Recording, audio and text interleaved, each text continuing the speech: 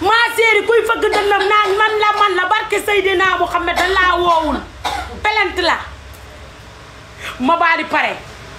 daa di woo fu ne ko allo fu mu ne ma ne ko doo ma dugalal connexion sama connexion ba da jeex na fu ne ma maa ngi lay dugalal connexion ma dem defar néeg ba lem sama armoire fobee rek fleur yi sax dama ko doon fomp tey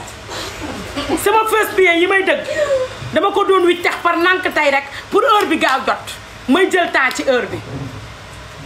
léegi nag bi ma toogee sànq di direct dama doon direct di duwul dama tiitoon policiers yi déglu leen ma dama tiitoon léegi nag ma ne guerrier laa taal live bi naan dañ ñoo convoqué mais yàlla baax na après li ma doon wax yëpp damay fenn léegi ma sol samay dàll may direct naka te policier yaa ngi may seetaan bu léegi déggoo leen ci direct ma jég-jég saay na waaw sama oto laay xaar maa ngi nii di ñëw boobu policier yi ñu ngi ma naan yow heure bi jot nga fan nga nekk léegi ma naan fuuyee wool bay daam muy ndi oto bi ndax heure 10 heures lañ ñu convoqué te maa ngi toog ba midi laa war a dem te heure boobu la ñuy livrer nit ñi di leen defeere ma daal di toog ma daal di ñëw bàyyi daam ne ma ndax oto bu rose bi la ñuy jël ma ne ko bul jël oto bu rose bi ñëpp a ko xàmme jëlal kas sambaar bi barke Seydina Muhammad kas sambaar laa di yóbbu police ba kas sambaar ma yëg ci kas sambaar bi nag nee naa damaa di tegle samay tànk di sinab rek di dugal li may sinab lépp du dëgg ma daal di tegle samay tànk nii nag nee naa damaa sinab bu daal di dugal ma dem rek nag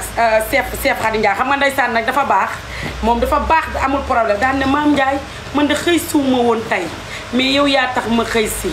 ñu dem ci bureau commissaire suba ba léegi commissaire yow lay xaar ma ne ko commissaire suba ba léegi yàlla baax na xam nga nag ndeysaan sama waa ji nag moo yàgg risqué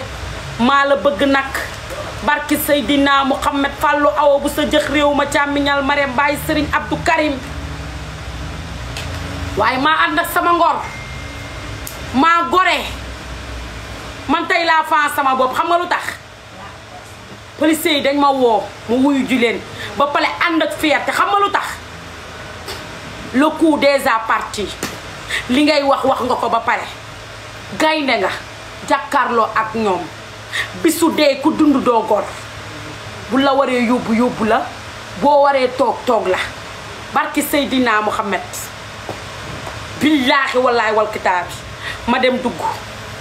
police ma fekk fa